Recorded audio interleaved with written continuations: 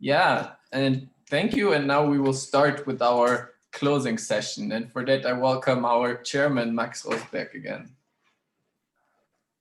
Yes, John, you join me on this?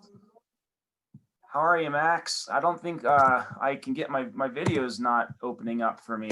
It needs Jonas. Oh, there we go. It needs a little bit of wilderness. Hey, friends. How are you? Look, I'm sitting in a shirt here, and you seem to look like as if it's already freezing in Gunnison. Yeah. It was, I think, 20. I don't do Celsius. Sorry, but it was it was below freezing last night in the 20s. Well, yeah, it's supposed to snow this weekend. We are still in the 60s and 70s. We actually will, as a gift to the great team that put this together, visit our last glacier, which is disappearing so fast on Sunday that I want to give them the last chance to see it, because probably in 10, 15 years it will be gone. It was an amazing week. This closing session, I think John and I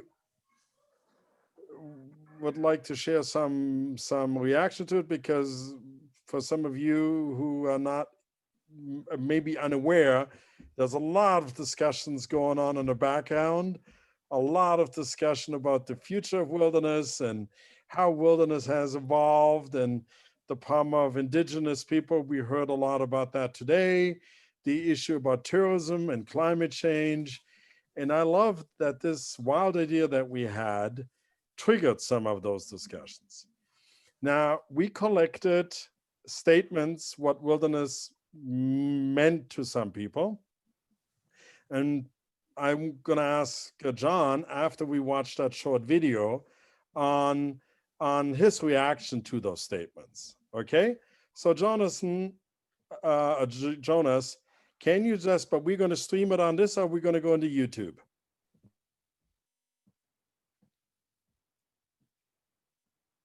Julius? Yes.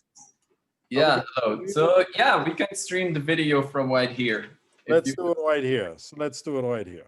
All right. So we collected these statements, and Jonas is just going to play them as a video because we cut them together into one short video. And I'm excited about your reaction, John.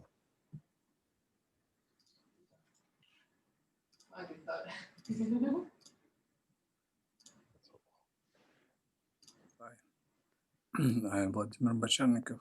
I like wildlife and wilderness. I'm Stockton Walk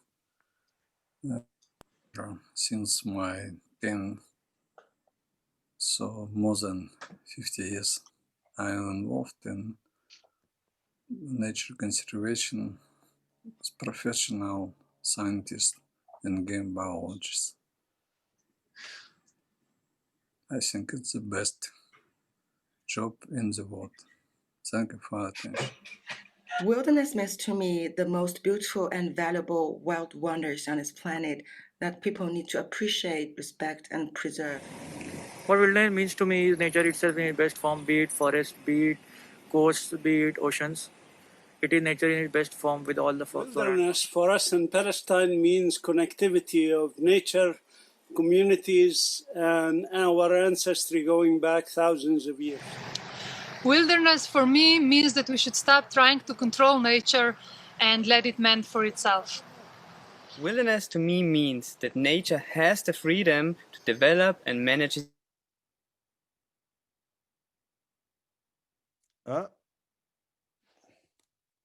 Something is stuck.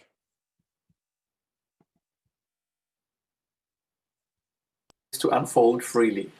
And humans that accept and tolerate that they are not above nature, but a part of nature. Wilderness for me means to be in a place that is natural, that is not modified by human intervention, so that natural processes can develop undisturbed. Wilderness is a kind of freedom for all species, that diverse is to be respected and most to be protected.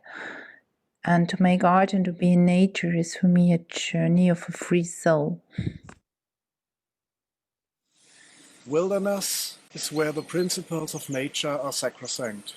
These few places need protection, while we are working for the rangers in Europe.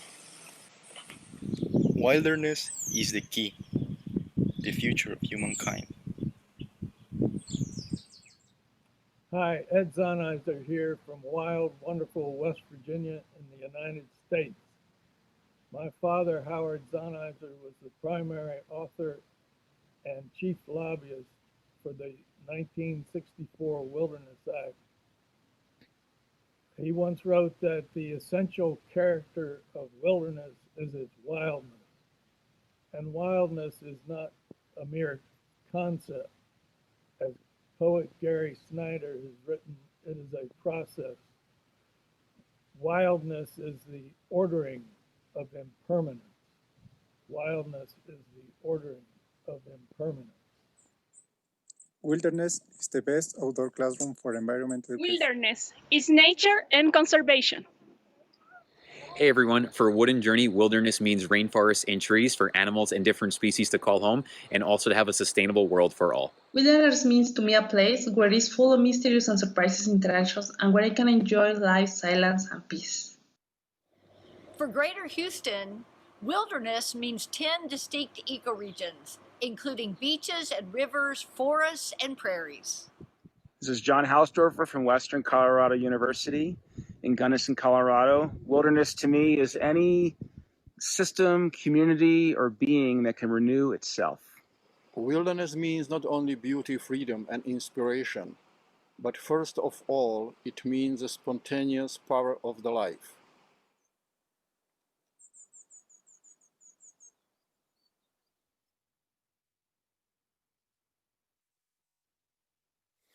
For me, possibility to experience wilderness, it's a driving force of my existence.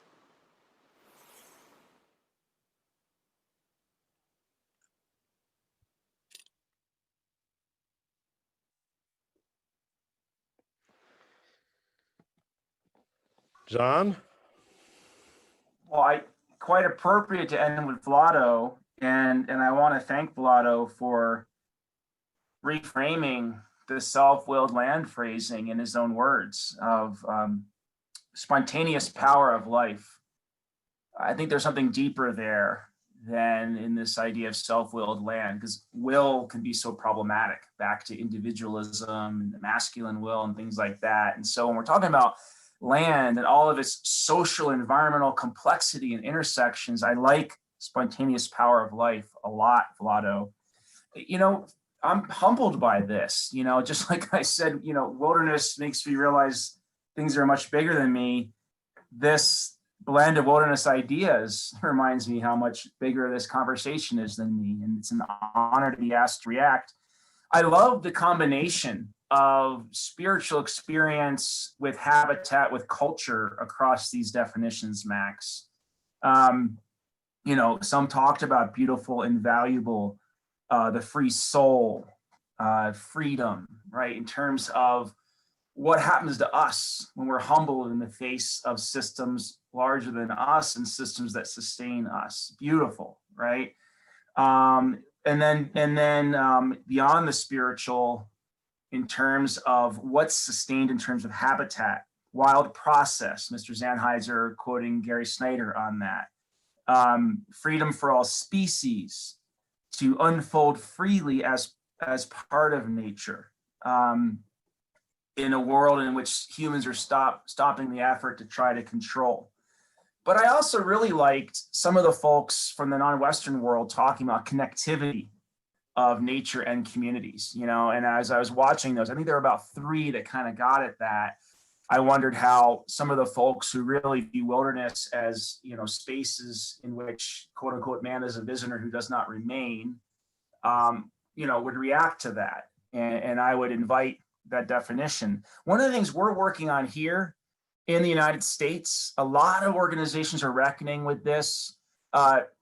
Jonas and Max gave me an opportunity to wrestle with the implications of racism for wilderness. I wrote an essay for European Wilderness Society this summer called "What Does an Anti-Racist Wilderness Look Like?"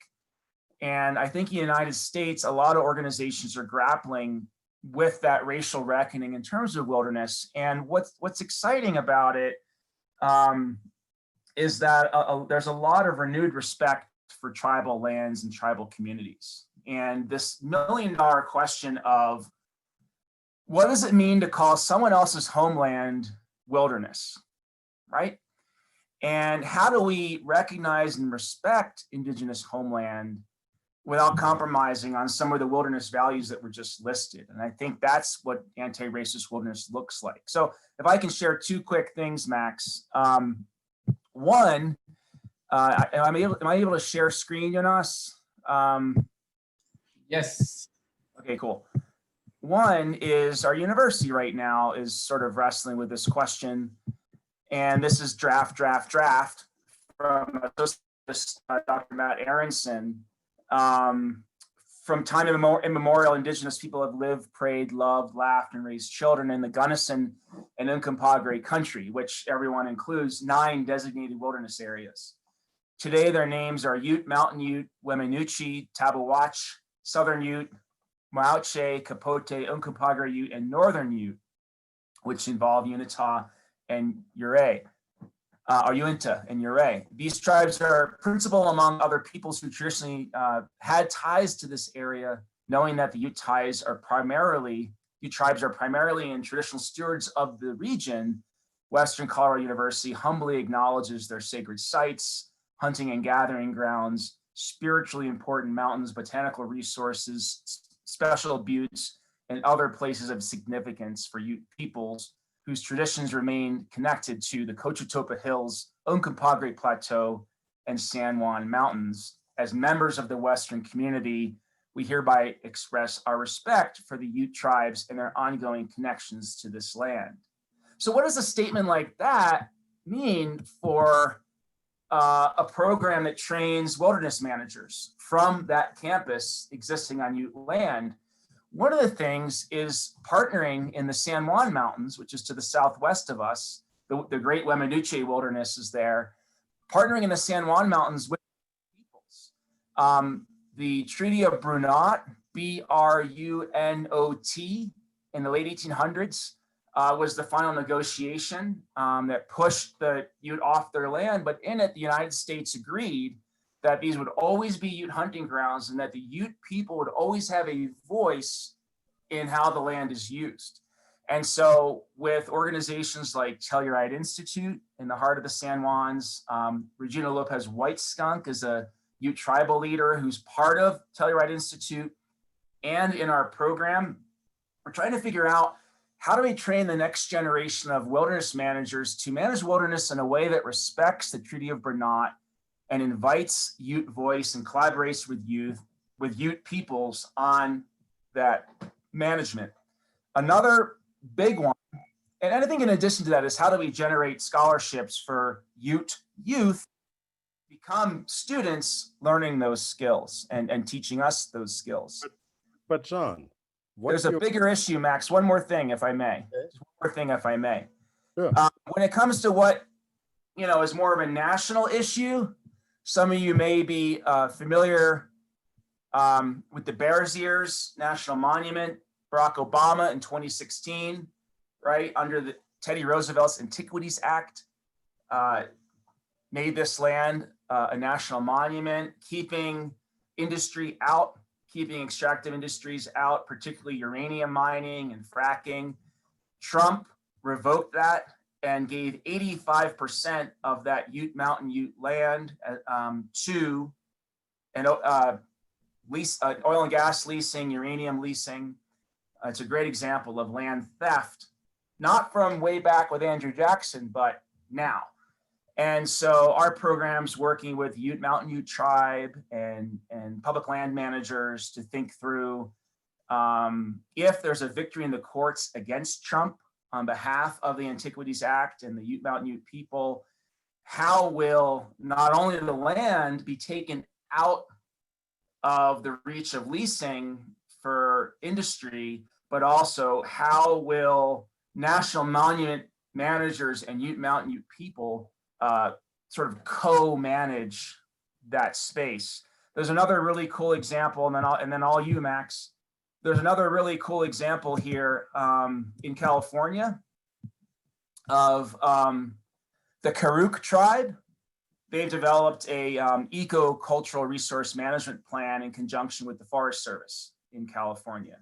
That's really interesting. So we're seeing a lot of these collaborations. And so when I say, what does anti-racist wilderness look like? I mean two things. One is, in America, we have to reckon with a history of racism in a way that you might not have to in Europe, in that, you know, African-American peoples were often chased through or hanged in wild land. So we have to reckon with, if George Floyd didn't feel safe in his own neighborhood, how are folks with a similar background going to feel safe in wilderness areas? And then anti-racist wilderness means collaborating with tribes who consider those spaces their homelands. So I really liked, Max, that a number of your definitions got at that connectivity. Go ahead, my friend. Yeah, but what you're really saying, if I may summarize, is that a static definition of wilderness, something that has guided a whole generation of wilderness advocates, based upon the 1964 Wilderness Act and the work that before that, is actually something that we may have to look at is undergoing a process, just like wilderness is undergoing a natural process. I think these 5 days have shown globally, where we all were inspired by the Wilderness Act, let's face it, that this thing is starting to evolve. It's starting to unearth new ideas, new approaches. You're talking about, you know, maybe some of those wilderness areas should be actually not designated as wilderness anymore because it was land theft. We are dealing with climate change, suddenly challenging us about should we or should we not interfere in wilderness. We are talking about land theft for mining and extraction that is happening by politicians. So wilderness is still under pressure. It is not something that is God-given. It is something that is continuously, if not only evolving in itself because of the natural processes, it is also under pressure by external factors. Now, I think what has shown those 5 days is that we, as the nature conservationists, and I always focus on the word conservationists, maybe that's not even the right word for wilderness advocates to be associated to, because wilderness is changing. And I made just in my last email, just because a forest turns into a desert for whatever reason, doesn't change that it's still a wilderness. It's just a different ecosystem. It's not a wilderness if we're the reason why it changed into a desert, because A, we suppressed fire for 100 years, B, we caused the climate change that accelerated the fires. It's us that made that change, not wilderness. John, it's not wilderness. We did that. Before that, it was whoever did it, whatever the cause was. It is so important, I believe, to look at all of these dynamics and says, will our whole effort be in conserving something in a glass bubble for whatever reason? And there are good and valid reasons. I'm not challenging anybody that the reasons are not sincere, but will that be the future? Will it be the future that we literally, with all the mechanical financial resources, conserve a status quo while nature in itself for millions of years has evolved and adapted? And that's a discussion that I find so intriguing, because what we allow wilderness, what we define as wilderness to be, we as humans have got difficulty with. And this is so amazing, because we love wilderness because it is evolving, because of the processes, because of its beauty. But we seem to have difficulty with if suddenly a wilderness changes, modifies itself, adapts itself, changes the ecosystem. Because And that's the big question we have, because let's look at the billions of years of human life, of Earth's life. Our 50 years is not even a blip. True. So whatever we do now will, in 10 million years from now, people look at it, they will not even notice the climate change happening. It will be there and the Earth will adapt and something else will come out of it. So the real question is, will we be able to accept natural processes and that changing? Will we modify the legislative system that we currently have in place? And thank God you have one in the US. We in Europe don't even have that. So you're better off than we on that perspective, but will we actually be able to move this forward? So I'm going to do something very great now. You hold on, because I'm going to run down into the office. Okay. Well, Max, while you do that, I'm going to quote you for everybody, something you said this morning that I really like, so you can trust me while you're away from the computer. And Vlada will tell on me if I critique you while you're gone, Max. Everybody in the chat, Max said this really cool thing in a debate this morning on email with a colleague of mine. And this gets me excited about an opportunity European wilderness has that American wilderness does not have. Max said, the European wilderness movement learned from all these challenges you're hearing from American scholars and indigenous peoples. He says the European wilderness learned from this and developed basically a version 2.0. We decided that an area can be either a wild area where interventions are still possible for a certain period of time, or a wilderness where they are not. And like I said, I don't think you're stuck with the stubborn American idealistic construct of wilderness, that it must be pristine, right? I don't think you're stuck with that in Europe. Your places have had complicated examples of inhabitation and non-inhabitation and cohabitation for 10,000 years. So you can escape the stubbornness of what Americans mean by wilderness. And I like that, Max. And then also each one of those, again, is split into 3 zones. And this is like light on your feet in a way that Americans so far can't be. A buffer zone to protect the surrounding areas from the natural processes happening in the wilderness. A restoration zone where typically for up to 10 years, restoration activities can happen before the area is counted as wilderness. And last but not least, the wilderness core zone, where literally not any human activities are allowed anymore. And so I like that, how would you put it, like a spectrum, right? I like that y'all have a spectrum in an area in which there's often a dichotomy in the US. My only challenge to that is, can we ever say there are no human activities in the age of climate change? Wow, what's going on here? Are y'all gonna sing to me? This is pretty cool. Well, I said this is the closing session. We are now all together, and this is the team that put it together. These are the people who put this week together. It was amazing, and Jonas still has some facts, because facts matter, remember? So Jonas, off you go. Yeah, we started this week on Monday. The preparations for this week, though, started a lot earlier. Yeah, in the beginning of this year, the world still looked a bit different. Everyone's looking forward to some very big events like the Wild 11 conference this year, and conference of parties on the Convention of Biodiversity by the UN. And we were looking forward to our Wilderness Academy days that should have been hosted this summer. However, as everyone knows, everything changed a bit, but nevertheless, we had the wish to bring together wilderness advocates from around the world and celebrate wilderness from all around the world. And I think within these last 5 days, we have really achieved all of this. We had almost 100 speakers. We covered all 6 different continents, 30 different countries, and we really managed to get a global setup. We had the far north with the Far East Tiger this morning from Vladimir from Russia. We covered the very south with Geoff Law from Tasmania. And we had the Far East this morning with the wilderness mapping and the wilderness movement in China. We had the very west with the fossil-rich wilderness in the US.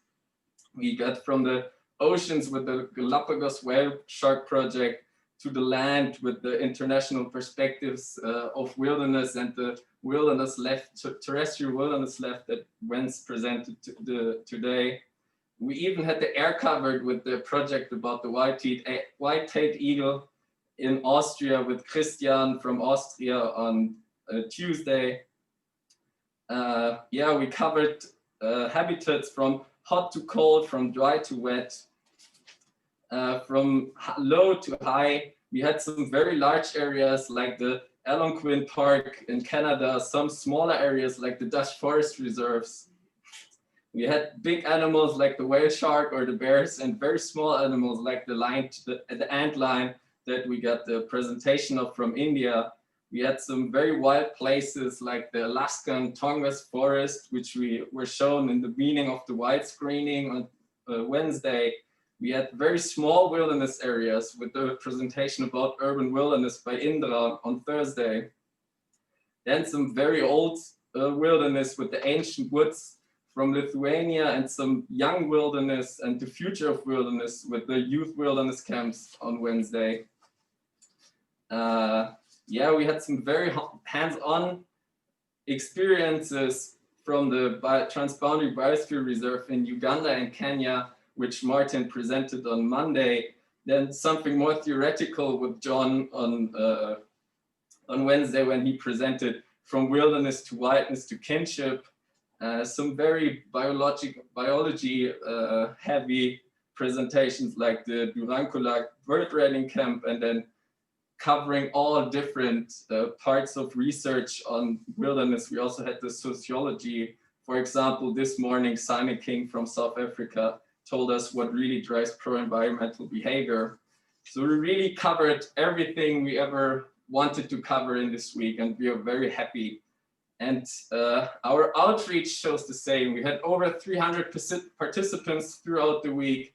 We reached 5,000 people on our website, over 10,000 people on Facebook, which is 400% more than we normally do. On Twitter, we even reached 16,000 people. So it was an amazing week with everything we could achieve, and our poll results show the same thing. People seem to be very happy with what happened this week.